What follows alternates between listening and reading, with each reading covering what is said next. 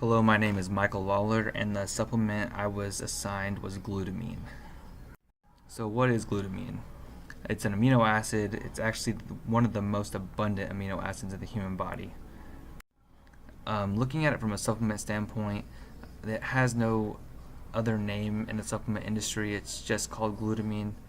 Glutamine is a very basic supplement. It is something that most people take at some point when they start working out. It is very cost effective. I have two forms shown here, the powdered form and the pill form. The pill form can range from $7 to $20 per bottle, which comes out to 8 to 12 cents per serving. And the powdered form can go from $17 to $37 per tub, which comes out to 17 to 26 cents per serving. It is a little bit more expensive, but what they say is that the powdered form is more easily digestible, and that's why it's a little bit more expensive. And then we get into the claims that they're making about the supplement.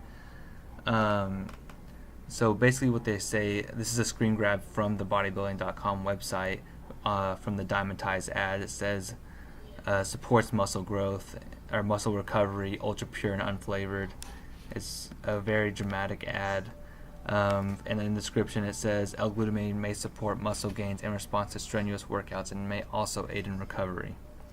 In the Optimum Nutrition ad, it doesn't make very many outrageous claims. It kind of just states facts, saying glutamine is the most abundant amino acid in the human body, comprising more than 60% of the free amino acid pools in the skeletal muscles, and greater than 20% of the total circulating amino acids, which is basically just a fact, is what they're stating. It's not a false claim, it's just a fact. But the Dimetize goes out there and makes claims that it will support muscle recovery. And when looking at, there's two forms of the glutamine itself. There's an L-glutamine and a D-glutamine. These are just forms that are more or less bioavailable. The L-glutamine form is the amino acid form that's more bioavailable and we can actually digest it.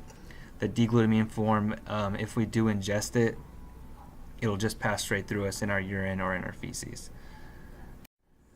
In my opinion, it is not necessary to take this. Even as a beginner, it doesn't really seem to affect people the way they think it will. And when you're buying supplements, it's really important to make sure it's a reputable company, because there is supplement companies out there that want to be cheap, and they are putting that D-glutamine form in their glutamine supplement, which means you'd be taking it and you would just be basically passing it through your body, and it would not getting any effect from it.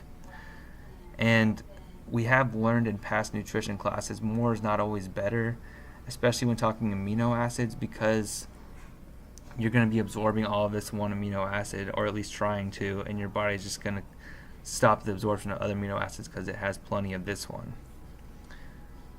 So in my opinion, I don't think it's necessary.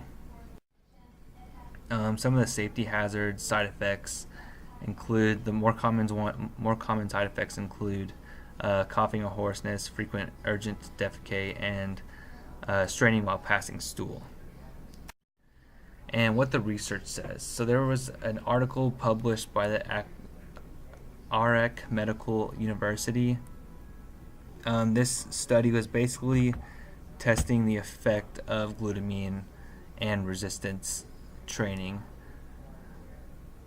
on the muscles. So in this study, they had 80 volunteers divided into two groups of 40.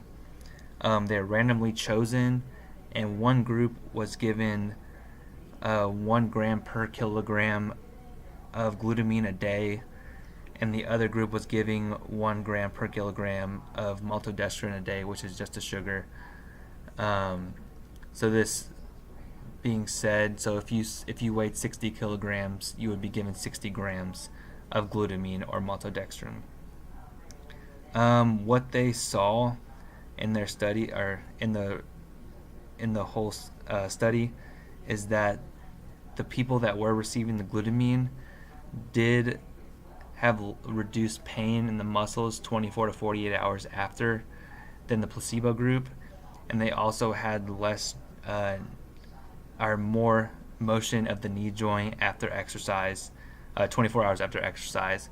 So basically, they concluded that a dose of this size could show signs that it could give you more recovery during exercise or after exercise.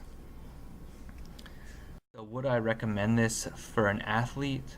No, I wouldn't recommend this for an athlete because, as seen in the study, the amount that they would have to take would be so far out to do this on a daily regimen, taking 60 grams. If it's a 60 kilogram athlete, they're taking 60 grams of glutamine a day, and these supplements that you buy online, the recommended serving that they're giving you is 4.5 grams per day. So you're taking 10 times what they're giving you.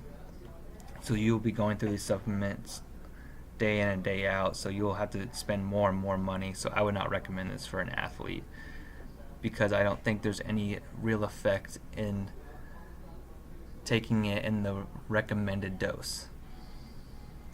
And that's my presentation. Here's my sources.